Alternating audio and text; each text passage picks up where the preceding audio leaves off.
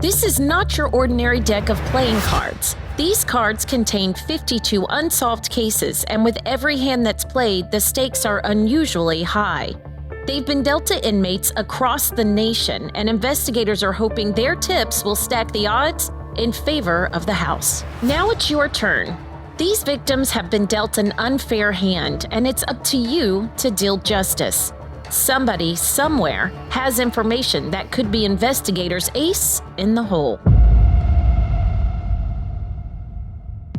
Welcome to Season 2, Episode 4 of Dealing Justice. I'm Lori Jennings. And I'm Jennifer Dubisak. In today's episode, we learn about the heinous murder of Alesha Suarez, a 23-year-old bank teller and single mom living in Orlando, Florida. Alesha was last seen by her ex-boyfriend in her Cypress Grove apartment in East Orlando on March 4, 2002. All these years later, Alesha's family is still searching for justice. We would love to see the day when there were no faces to put on the cold case playing cards, but until that day comes, we will continue telling these stories in pursuit of dealing justice.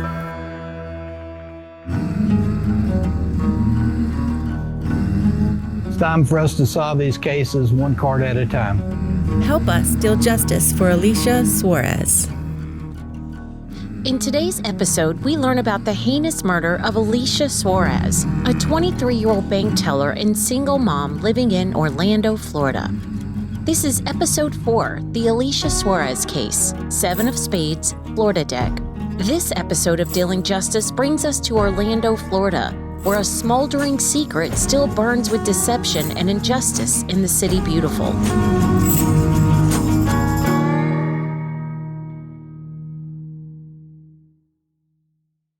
Alesha Suarez was born on February 10, 1979 in Brooklyn, New York. She was the youngest of 3 children with an older brother, Louis, who was the middle child, and her older sister, Carolyn, who was 10 when she was born. This is not one of those stories where we tell you she was born into suburban bliss. Alesha's mom struggled to protect and provide, forcing Alesha's older sister, Carolyn, to act as her surrogate mom during those early childhood years. Here, Big Sister Carolyn tells us about Alesha and how they struggled to survive their childhood. My name is Carolyn Casella. I actually was born and raised in Brooklyn, New York. I am the oldest of 3. Alesha was the baby. Well, she was my baby. And we grew up pretty hard. It was very hard for us. We grew up poor in an abusive home. It was bad enough that, I was the oldest, so I always had to protect her. And she was always a good kid, very timid, humble. My mom wasn't a good mother, and she always had these boyfriend and men in and out of the house. And me and my sister did get sexually molested as kids. But I didn't care what happened to me. I always wanted to protect her, so I was willing to take the hits, whatever it was, just make sure she didn't get it. As a child, as far as I could speak and remember and do things, was always to protect her. It's so sad because we were born fighting. They may not have been the Brady Bunch, but Carolyn and her siblings bonded over their hardships and managed to survive by creating their own version of family life, in spite of the dysfunction and chaos they were marinating in. You fight with your sister, you get mad, but with me it was different. A lot of people thought, oh, that's weird, you're asking your sister for permission, but she had a lot of respect for me because of the environment we grew in. And at that time we lived in New York, in the Brooklyn area, Williamsburg, which was not good back in those days. When I tell you, ladies, I did things to protect my sister. My mom was a very abusive mom. So when we were young, she would leave us in the house all alone. You do that now, you get arrested, obviously. But I had to survive, and I'm not proud of it. I know everybody's going to be like, well, what did you do? I remember as a kid, I was 13 years old. It was like almost the summertime. I was in school, junior high school 111 in Brooklyn, and I used to help the nurse because I had an extra free class. And I noticed that she would stamp these working cards, and I asked her, hey, what are those for? She was all the kids from the high schools. They come here in the summer. I gave them the physical, and then they get their working cards. So I looked at her, and she was, oh, yeah, but you got a long wait. You're only 13. You have to wait till you're 16. I actually stole that working card to pretend I was 16 to work in the summer in this store. It was a Jewish man, very nice. And he sold like linens, blankets, and said, and all day I would iron things, put things up. But I didn't care. Back then it was just $2.50. Could you imagine trying to survive $2.50? Alesha and her siblings endured unimaginable pain growing up, and finally, things came to a boiling point when Alesha was just 8 years old. Well, we had to go to court because my mother's boyfriend had beat me pretty badly. She was dating some guy, then she got married. He was in the house not even a month, and he attacked me and beat me. So I got an order of protection. I went to court, and then my aunt joined me. And my aunt said, look, we got to get the kids out of there. It's just getting to a point that it's too bad. My mother was upset. My mom told my aunt, you knew me first. How dare you go on their side and not mine? I'm your sister. And my aunt told her, you may be my sister, but I got to protect my nieces and nephews because you're a monster right now. So that's how everything started. For me, as a teenager, I went to live with my aunt. My sister had went with my mom's brother, Junior, and then my brother, he's the middle child, he went with her other brother. So we were all separated. Although we were separated and I missed her so much, I was fine with that because I knew she was safe with them. And then from then on, we were through the courts. When she was 13, Alesha went to live with her Aunt Dorothy in Florida. Hey, my name is Dorothy Suarez, and I am her maternal aunt. My sister passed, and then I got Alesha. She was 13 years old. But when I got Alesha, I was here, so it was hard for her to adjust losing her mom, and then coming to Florida is a big difference, Mm-hmm. But she was a smart girl, and she had a very funny, humorous way of being, very inquisitive. Here's Alesha's sister, Carolyn, again. My aunt, Dorothy Torres, was the one who actually, decided to help us. And she raised me, she raised my sister, and she did an awesome job. We came from a rough area, and she tried to make it a little bit better. There was abuse, but in her house, it wasn't. In her house, it was just love and trying to help us out and heal. During that time, I was like 19, almost 20. I didn't care for Florida back then. I had my dad in New York, my biological father, because me and Alesha had different fathers. So that's why I went back. And I felt safe because I knew Dorothy was taking care of Alesha. So, I was comfortable with that. I was like, okay, she could stay here. At that time, Alesha was a teenager. I said she needs to finish school and stuff like that. And then as I got older, and Alesha got older, and so did my brother, we all did our separate things, but the bond between her never broke. I would speak to her and write to her all the time, especially writing. Back then, writing was not like today we have, our cell phones, but I loved writing and I loved reading her letters. Alesha was in school in Florida, and her Aunt Dorothy looked after her and loved her like a daughter. She even had a core group of friends. Here's Lisette. She's a childhood friend of Alesha's. I met Alesha. She was, I think, going into 9th grade or 10th grade, and I was going into 8th grade. We did a lot together, always together, either catching the city bus to the mall, hanging out after school. We definitely had our crushes, and we were able to talk to each other about it. Yeah, just boys from school, maybe some from the neighborhood. It was all fun. Even though she was only 13, she met a boy named Caleb, and he would become her boyfriend and would turn out to be the love of her life.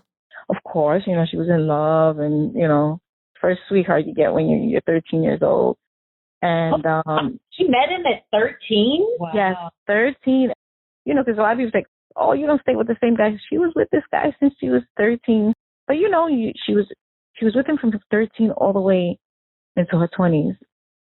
Education was extremely important to Carolyn, and she stressed the importance of that to Alesha. While Carolyn was living in New York, Alesha was thriving in Florida.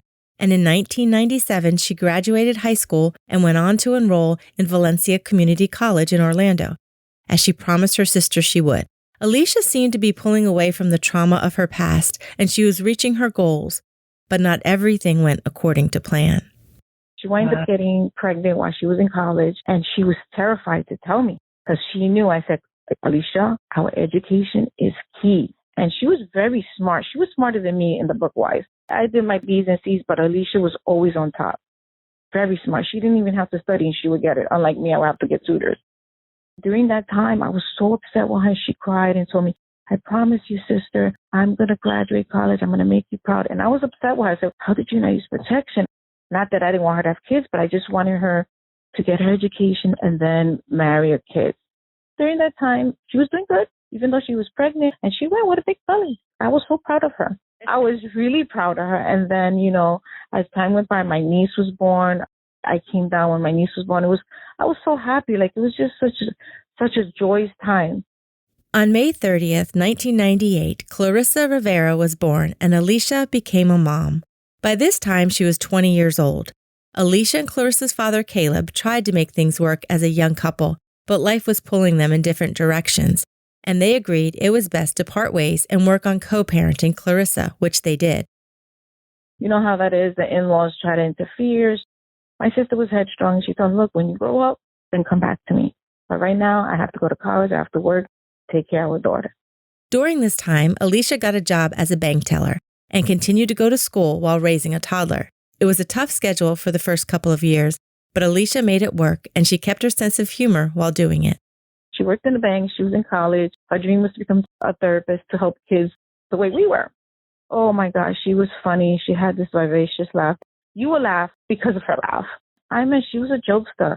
And whenever they would get their checks on Friday, her boss would say, well, you got to get online, get the rest of them. So she would pretend she was pregnant. She would go and put some clothes like in her dress or something. It's okay for her to go to the front to cash a check. Funny, when her friends told me I dying, I was like, oh my God, you did that, Alesha. She said, hey, I had to cash my check. I have to pick up her, I have to pick up your niece. And I was just like, you're so funny. But at the same token, my sister had a big heart. She will help anybody, anyone. She was like that. Alesha was the whole package.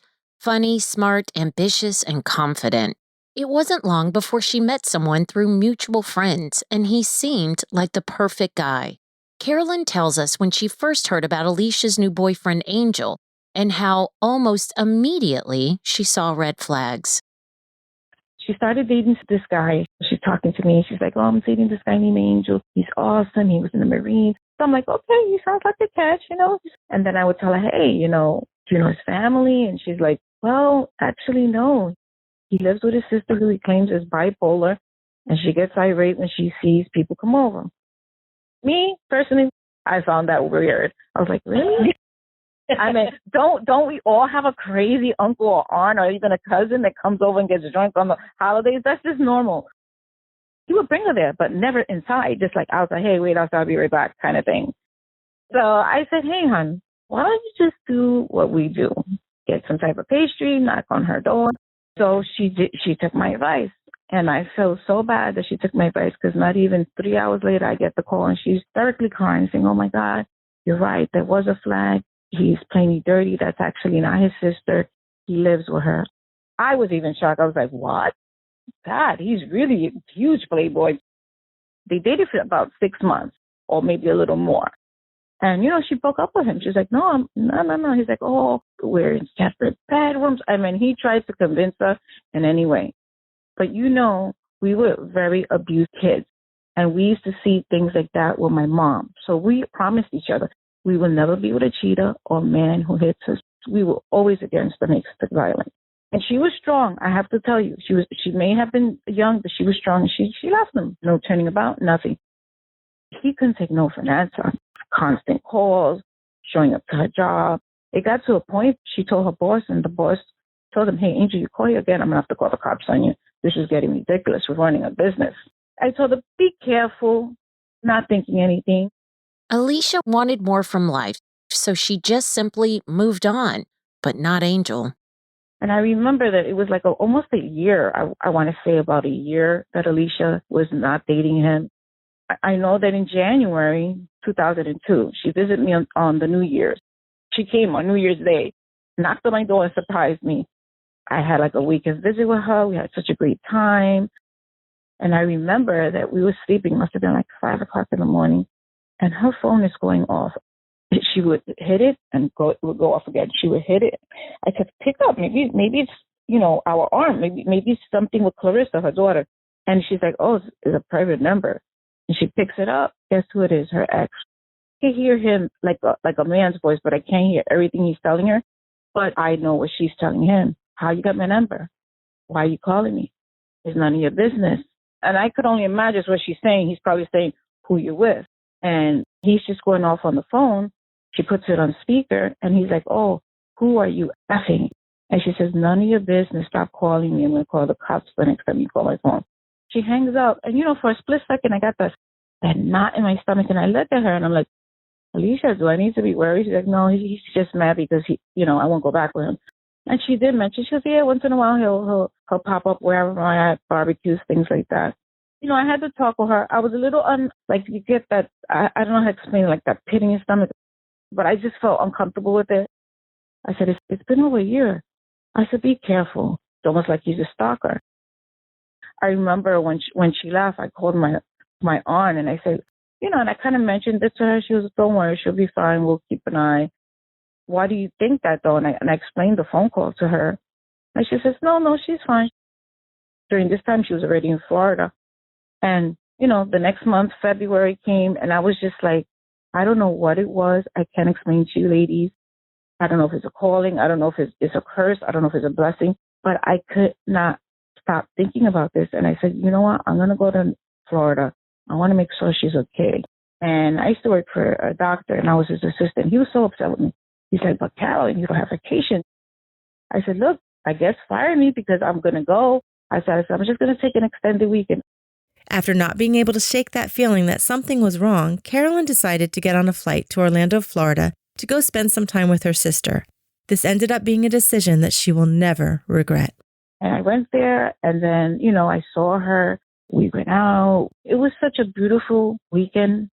I felt safe, and I talked to her, and I said, is everything okay? And then she said, I got a surprise for you. And I said, what? I thought she was pregnant at this time. I said, no, it's not that. I knew she was seeing her daughter's father. And then she goes, hey, nobody knows yet, but me and Caleb are going to get married. And I was so happy for her because I was like, wow, her childhood sweetheart. She says, we agreed unless he comes home and he does things the right way. She goes, and if anything, we're going to do the wedding in the summer. So I was excited. I said, hey, we got a wedding to plan. I felt good. I felt like my shoulders just kind of like limped back down to normal. Then I felt good. I was like, you know what, Carolyn, it was all in your mind. So then when I found out she was with Caleb, they were getting back, and she was like, yeah, I'm going to take him out for his birthday. His birthday is March 10th, I believe. I was happy. We went to Universal Studios. Remember, no cell phones.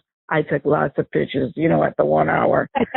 I'm telling you, I spent a ton of money developing the pictures. I love my niece. That was my first niece, and I was so excited. I felt good. I felt good that Sunday. And I remember my brother and her was like, hey, we're both here. You're the missing link. We need our trio. So, at that time, I liked visiting Florida, but I didn't like it because I was used to New York. I had my own place. I was happy. So I said, no. I said, Florida's for the old people. They're like, no, you need to come. She took me to the airport, her and my aunt. I was sad to leave them because I was. And she gave me this big old hug I will never forget. And she put her hand in she pulled my hand. She said, you better come to Florida. And I said, Florida for the birds. And that's actually was my last thing, I told her. I would never think that she would be gone so young. Meanwhile, Alesha was planning a day with her friends at the fair in Orlando. Her daughter Clarissa was now 3 years old and was spending the night with her father Caleb. Alesha went to the fair as planned, but according to Carolyn, she was upset when she ran into Angel there. She left and went home to her apartment. I got home, and I don't know if any of you live in New York, but I lived in Long Island, so the airport to Long Island, that's a ride. By the time I got home, it was almost midnight. I did call her, and to this day, I will always regret that because I hung up the phone because I said, oh, man, if she's sleeping and she gets up, she's going to be so pissed with me. I rang 3 times, and I let it go. But you know what? I couldn't sleep. I don't know if it was jet lag, like twitching my legs. I kept getting up. I was like, before I knew it, I turned around. I was like, oh, my God, it's time for me to go to work. It's 5 a.m. I got to get ready. And that's what I did. Monday, March 4th, 2002. Like every Monday morning, this one was no different. People all over the world are dragging themselves out of bed to start the work week. Some recovering, some reminiscing over the weekend highlights, and some at the Colonial Bank in Castleberry, Florida, were wondering why their always reliable coworker didn't show up for work that morning. And others across town were calling 911 to report a strange fire at the Cypress Grove Apartments. Here's Aunt Dorothy again. The fire alarm went off on the building, the apartment building. So they know that was around 6:15, 6:15, something like that. But basically when the alarm goes off, the fire department comes out. So they came to the apartment building and everybody came out, but they didn't find no fire, so everybody went back in. However, when the apartment underneath her went back in, there was water coming down, like the sprinkler systems went off. That's a lot of water by that time. Maintenance guy went to the door, could not, because they said, she never came out. I wonder if she's there with the baby. Her car was there, but they didn't remember seeing her come out when the alarms went off. When they went to the door, they would knock and nobody. So when they opened the door, all the smoke came out. And that's when they called the fire department again. When firefighters gained entry, they discovered 23-year-old Alesha Suarez's badly burned body on the floor, with bedding and a chair piled on top of her burning body. They quickly discovered that the fire was a cover-up. Alesha had suffered multiple stab wounds to the chest and neck and was dead prior to being set on fire. And when I got there, it was just so surreal. It's just like the movies. And they had all the crime scene tape. And I start running towards the tape because we couldn't get close enough to the building. And I'm running towards it, and I see the cops running right towards me. I said, I got to go over there. And they said, no, we've been waiting for you. We're going to take you over here. And they took me to another building. And then they said, are you Dorothy Suarez? And I said, yes. They said, the officers should be coming soon to talk to you. And it was Sandra Pelton of Homicide Division. Sorry to inform you. And now I remember, but I lost breath. My cousin said that I just went down, like my knees, I came down and I just had to run to the bathroom and just start to throw up. It was an experience I never felt. And I thought it can't be, you must be mistaken. It couldn't be a homicide. No. She said there was a fire. I said, maybe it was a fire, but I could not imagine someone killing her. Back in New York after a restless night of sleep, Carolyn headed to work. Pulling into the office, she had an uneasy feeling when she saw her coworker standing at the door, seemingly waiting for her to arrive. I went to work, and I'm so happy. I have my pictures from Florida. I'm going to show it to my coworkers. I was excited. So remember, as I told you, I thought I would get fired because I took time that I didn't have. And I noticed when my coworkers like holding the door, and I could hear him say, "She's here." And I'm like, "Oh God, is that bad or good? Should I be worried?" So as I'm walking to my friend, she's also a childhood friend, and I said, "Is everything okay?" And she looked like she was sad. I said, "Oh God, I'm getting fired. I'm just getting fired." And they're rushing me to my boss's office. And he picks up the phone to whoever it is and says, "Don't hang up. No, she's here. And he gives me the phone. I'm like so confused. I'm like, what is going on here? And that's when I heard my uncle's voice. And he's a tough guy from the Bronx, doesn't cry, never cries. When he's crying, I know something's bad. And he's telling me, "Oh, you got to take an emergency flight out. You got to come to Florida." I'm like, "Robert, my suitcase is still by my door. I haven't even unpacked. It's not even 24 hours. What are you talking about?" First thing that comes to mind, "Oh God, it's Grandma." She's old, right? That's the first person you're going to think that something's wrong. No, it's not Grandma. So I'm like, "Oh my God, who is it?" Dorothy, my aunt. "No, she's fine." And then it clicked. It was my sister. I said, "Oh my God, what happened to Alesha?" My sister had lupus. So I thought maybe she had a flare up or a car accident. And he's crying. He's literally crying like a baby on the phone. And he said, just get on the plane. I said, I'm not getting on the plane till you tell me what's going on. He didn't want to tell me. He says, I can't tell you like this. I have to tell you in person. I said, well, now you have me beyond intrigued, and I want to know now. And when he said, it's a homicide, it's like I'm hearing the words, but it sounds like it's in slow motion. And it's like, no, I misunderstood what he said. I said, who's hurt? He said, no, honey, not hurt. Your sister's dead. I was just like I couldn't like accept it. I was like, no. I said, I touched her, I hugged her, I kissed her. I have pictures. We had a good weekend. No, Robert, you're lying. You sure? I may go check the hospital. He's like, no, honey, she's dead.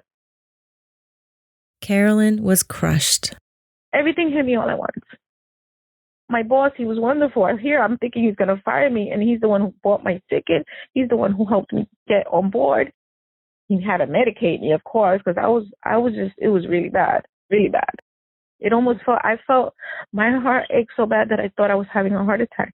That's how much the pain I felt. And I said, I had a bad feeling. I don't know. It was just like, I can't explain it. And I thank God I did it, because you know what? If I would have never made that trip, the last time I had saw her before that trip was a while. So I believe that God put me there to say goodbye to my sister. I do believe that. Because that was our last stop as brothers and sisters. That was our last stop with all our kids and our children. Sharing that wonderful moment to then someone come and snuff her. And then I lost it. I threw up, and I remember throwing up like in the garbage can. I felt dizzy. I felt lightheaded. My boss had to medicate me because I was so hysterical. I just kept screaming and screaming and screaming because I was so angry at that moment. I was like, how could someone take her, what she's been through? She's been through so much. Just when she's in her peak, that she's doing good, that she's going to be graduating college, someone killed her. She says she immediately knew there was only one person who would want to hurt her sister. And automatically it hit me. Bam. You had every reason to be scared. And no, everything's not okay. And yes, I know who did it. I knew in my heart it was Angel. I knew he was the only one that was obsessive. He was the only one that was jealous. He was the only one that had a living girlfriend and still wanted to be with my sister. Her friends used to say how whenever they were in a group setting, he wouldn't talk to them. He wouldn't interact. He would get upset, go to a corner, and kind of grab Alesha's like by her wrist and say, hey, let's go. And Alesha literally would pull her arm away from him and be like, no. And I think it bothered him because she was so headstrong. He couldn't control her. There was no way he could control her. Maybe the living girlfriend, but not Alesha. And me and Alesha, the way we were raised and we were so abused, we're triggered. So the moment we feel like a guy is on top of us or pulling us, or right there, that's a flag that we don't give them the second chances. No, automatically. After arriving in Florida to be with her grieving family, Carolyn tells us that she had to go to Alesha's apartment, the last place her sister was alive. When she saw the apartment, she had a horrible feeling this was going to be an uphill battle. The moment I got there, it was like, forget it. Everybody was like a zombie. Everyone was crying and crying and crying. Detectives trying to talk to me. I told them everything that transpired through the past months. I told them the reason I was there, and they looked at me and they were like, "Wow, you felt that?" I was like, "Yeah." It was a struggle from the beginning. I'll give you an example. Her computer was still there, ladies. We were able to get into that apartment the very next day. And I looked at my aunt and I said, are you serious? We're allowed to be here? Sometimes they go and come back to check for more evidence. She says, I know. And when I looked at her computer, I was pissed. I was like, why the hell is her computer there? We need to give this to them.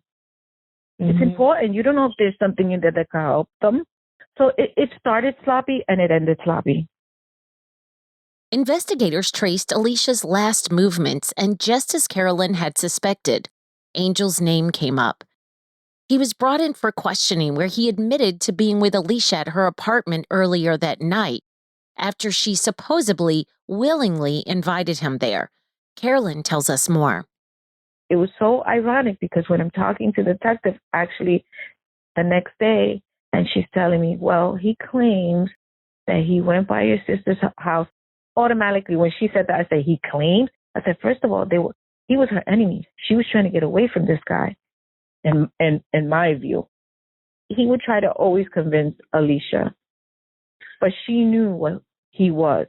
He had that living girlfriend. There was no business for him to attempt to be with Alesha. I remember approaching him during when we had her funeral, and the detective told me, I know you have a lot of anger. You can tell in your face how you're feeling. You're going to have to just keep your composure. How do you keep your composure with something like that? It was so hard. I just wanted to slap him and throw him in the fire or something. The jerk came to the funeral trying to act oh, yes, I miss her. Someone did it. But when I spoke to him, I said, hey, I hear you saw my sister last. Can you explain it to me? He was very nervous. His hands were shaking. You could see it. I'm looking at his hand, and his hands is shaking. Not mine. My hand wasn't shaking. My hand was stern to give him a nice smack. And he says, yeah, your sister called me, which I knew that was a freaking lie. Oh, your sister called me. She was depressed. She was not depressed. She was happy. She was getting. So I'm listening to all this crap because I already know it's a lie. And he's like, yeah, I came over, but she fell asleep on the sofa. So, I left. The door wasn't locked. You get what he's trying to say, ladies? Someone came and killed her out of the blue. He goes, oh, I didn't have no keys in her. She was sleeping. I didn't want to wake her up. Any person in their right mind is going to wake up their friend, their girlfriend, whoever it is. You think I'm going to leave a person that I'm in their house and they fall asleep? No. I'm going to be like, hey, get up, close the door. So he claims, oh, it was closed but not locked. Are you kidding me? You expect me to believe those lies? But he had to say he was there because he knew his DNA. Yes, because he's not dumb. He's very smart, I tell you, because he knew his DNA was going to be there. A lot of the evidence was because I was there, so that's why that was there. Everybody knows he killed my sister. The case against Angel took a turn when a $3 gas charge was discovered on his ATM record. The timestamp put Angel near Alesha's apartment at the time of her murder. Carolyn shares more. They checked with the bank during the time that he said he was home, and they let the manager know, look, this is a murder case. This is not something petty. We need to make sure on the times. They assured the detectives that those were the times. So they arrested him on that because then the time he said he was at home and the time that he purchased $3 of gas, which who purchases $3 of gas? This kid made money. Why he purchased $3 of gas? I know why he purchased $3 of gas. That was to pour over my sister. But I was depressed. I was sad, grief-stricken. I was just so angry. I was like, why is this a-hole not in jail? But I know it's a process. 2 months after Alesha's murder, her then 24-year-old ex-boyfriend Angel was arrested and charged with first-degree murder. After Angel was arrested, the case against him began to unravel, starting with an alibi. According to the report, he claims he was with his girlfriend at her home in Winter Springs, which is about 15 miles away. This is the same girlfriend that Alesha had found out about when she was dating him. His girlfriend backed his story up, and police discovered he took it one step further. It's funny because when they did all, they bring you in interviews and stuff like that, and they kept bringing his girlfriend, he was irate. He told Detective Fulton, why do you keep bringing her? She has nothing to do with this. And she, he's like, really? She has nothing to do with this? I can have her here as many times as I want. There's nothing you could do. You're not married to her. Those were her words. And then guess what? They get married. The receipt was a damning piece of evidence, and one that made the state feel confident enough to arrest and charge Angel for the murder of Alesha Suarez. As it turns out, Angel's ATM transaction for $3 in gasoline the night of the murder was the investigators' prime piece of evidence, but the bank had made a mistake. They informed the police that the timestamp for the gas purchased was unfortunately misinterpreted by the bank representative under the wrong time zone. If indeed this corrected timestamp was accurate, it no longer fit the investigators' timeline. Angel had to be released. To further complicate the case, the state of Florida has what is called Florida's Speedy Trial Rule.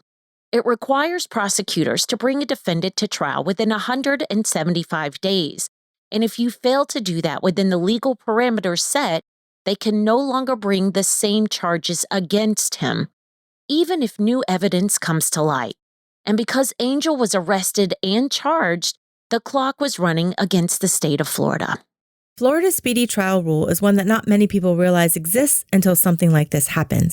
We wanted to talk to an expert on this topic to help explain the legalities of this rule, so we asked Brett from the Prosecutors Podcast to explain this to us.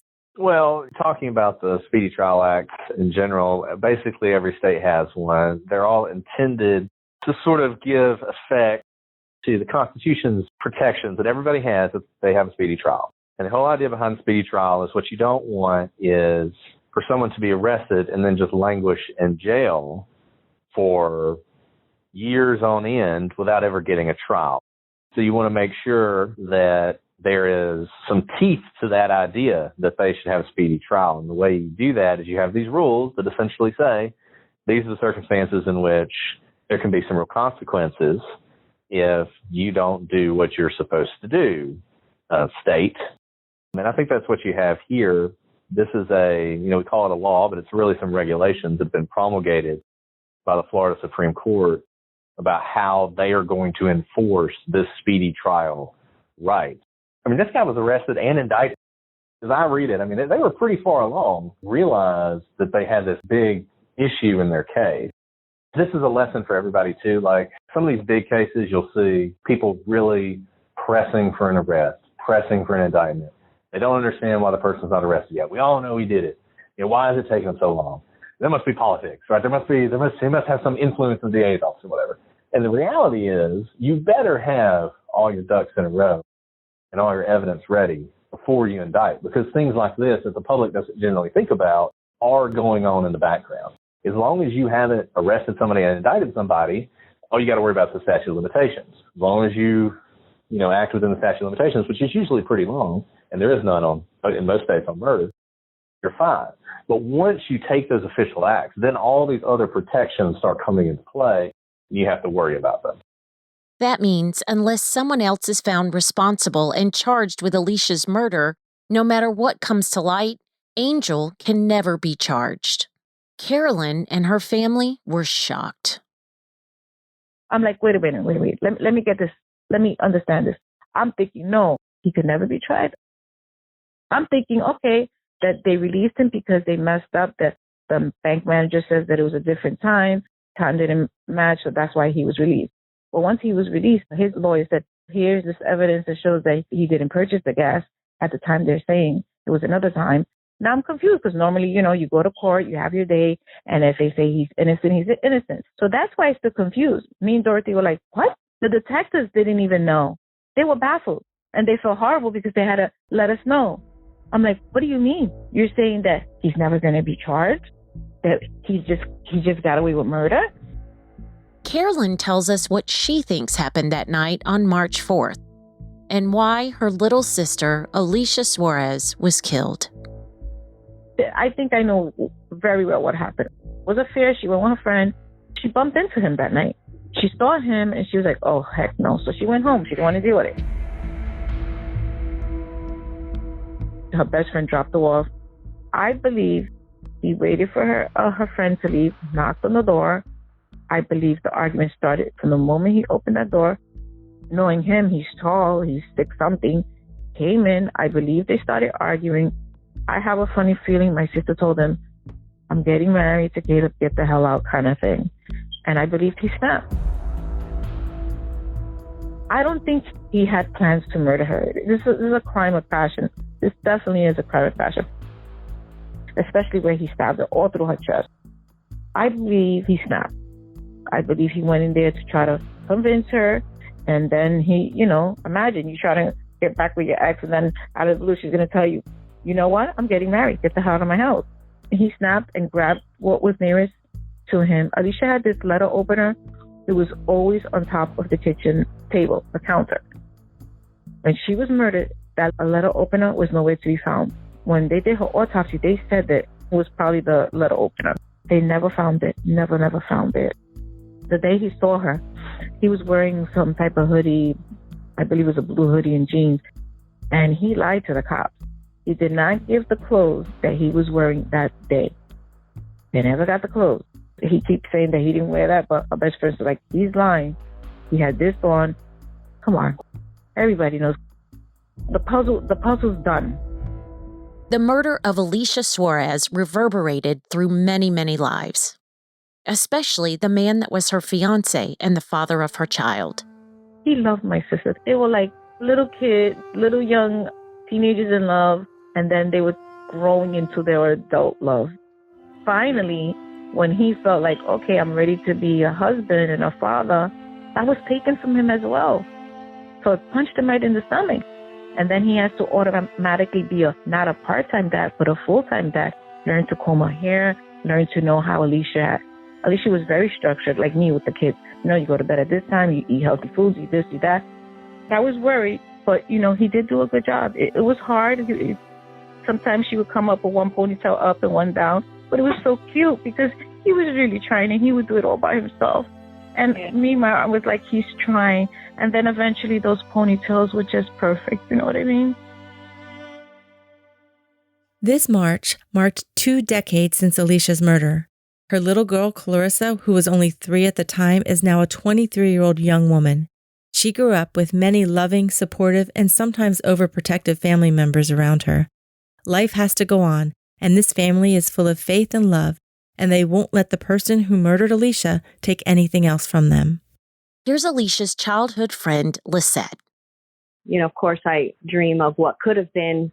It really stinks that her daughter didn't have that opportunity to feel her love and to know her kindness and her potential. Here's Aunt Dorothy again. I cannot bring Alesha back, and maybe he won't do a day in jail, but he's not going to escape God's justice. But this statue needs to be changed.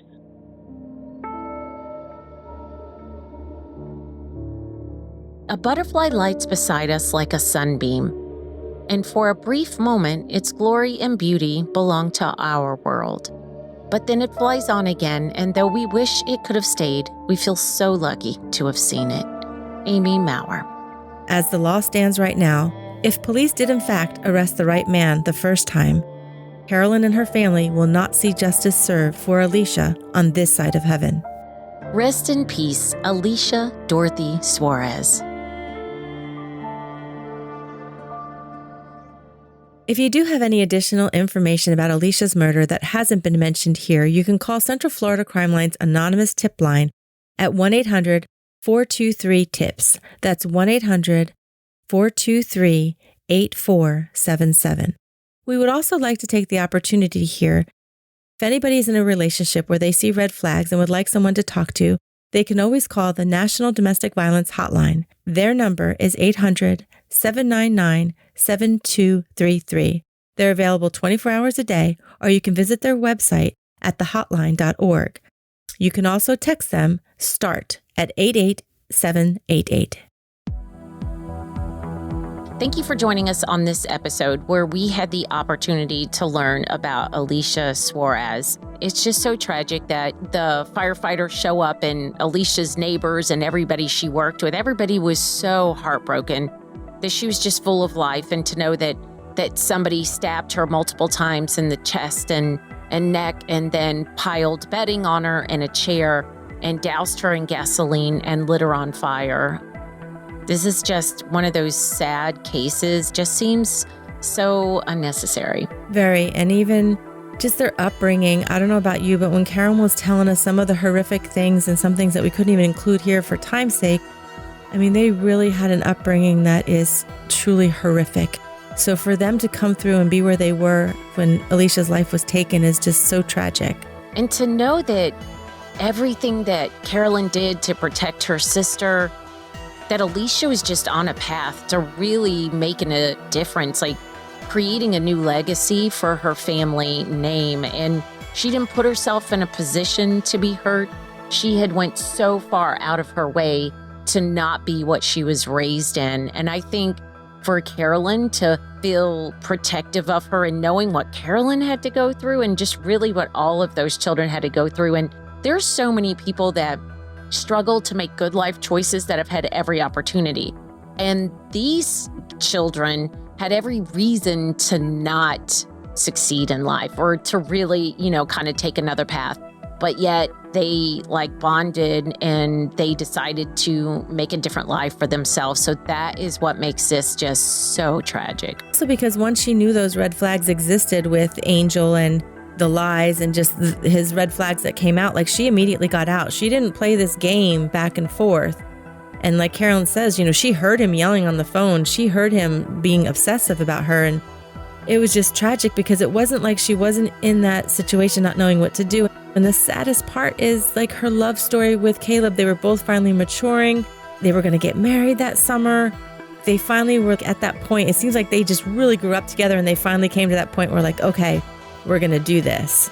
Right. And they talked about how that's just how much that Alesha wanted a good life for her daughter, is that she loved Caleb, but he didn't feel like he was in a place to be ready to be a parent. And Alesha was just dead set on making sure that she did not raise her daughter in the environment that she was raised in. So I think that's really sad, and so sad for Caleb too. Yeah.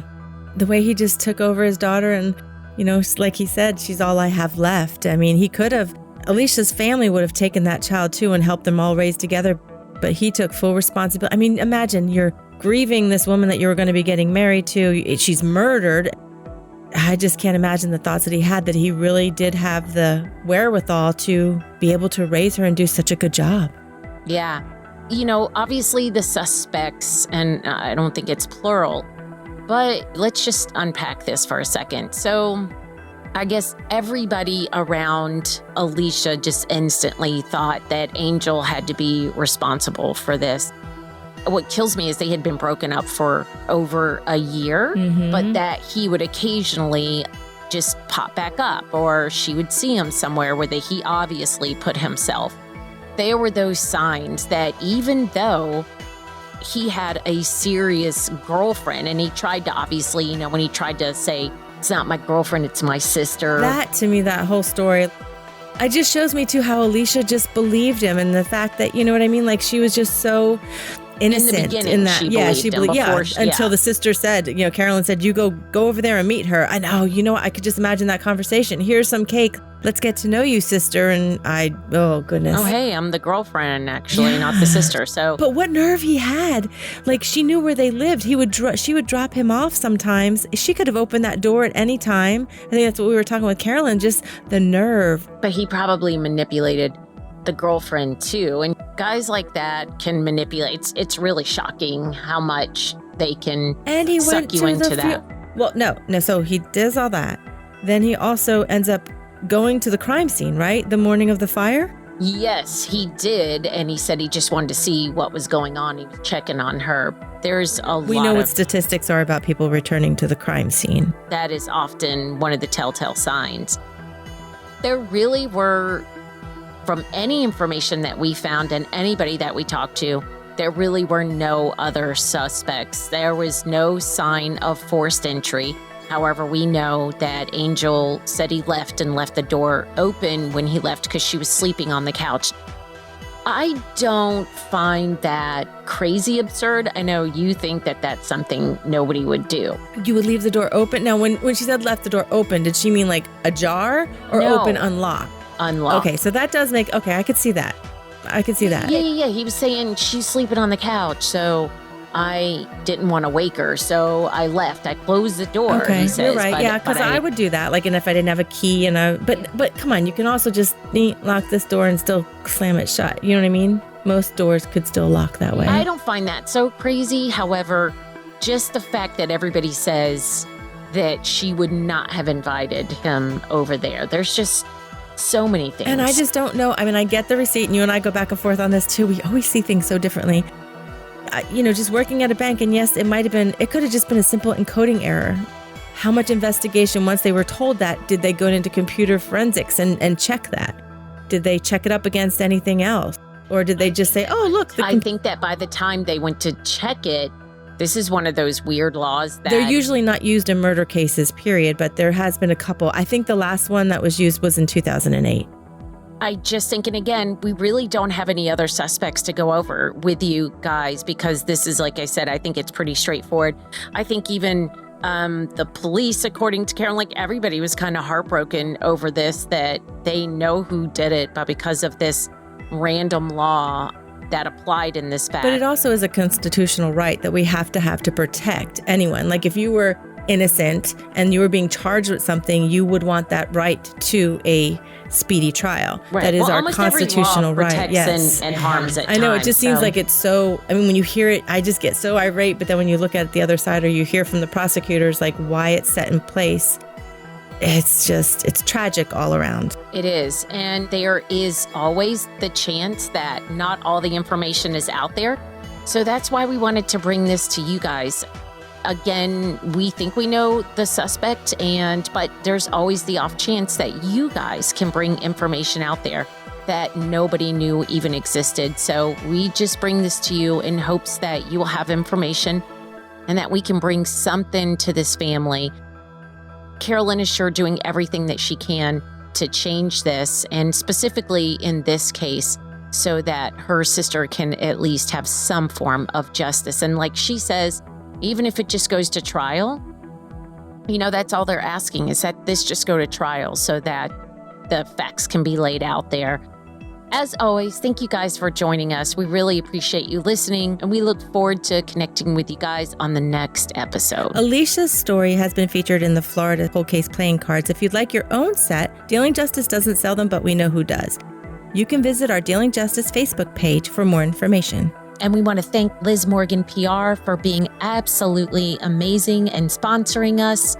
Liz Morgan PR is a boutique public relations firm specializing in media relations, event planning, and communication strategy. Founder, president, and friend Liz Morgan is a creative, award-winning public relations professional with one goal in mind: getting her clients buzz. Like us on Facebook at Cold Case Playing Cards for all the latest information on this case and other cards we'll be featuring on future episodes. Dealing Justice is written, produced, and hosted by Jennifer Dubisak and myself, Lori Jennings. Our sound design is by John Schaub. Our executive consultant is the Cold Case Playing Cards creator, retired FDLE Special Agent Tommy Ray. If you want to help us spread the word about these victims' stories, please subscribe and leave us a positive review on your favorite podcast app. And tell your friends to subscribe.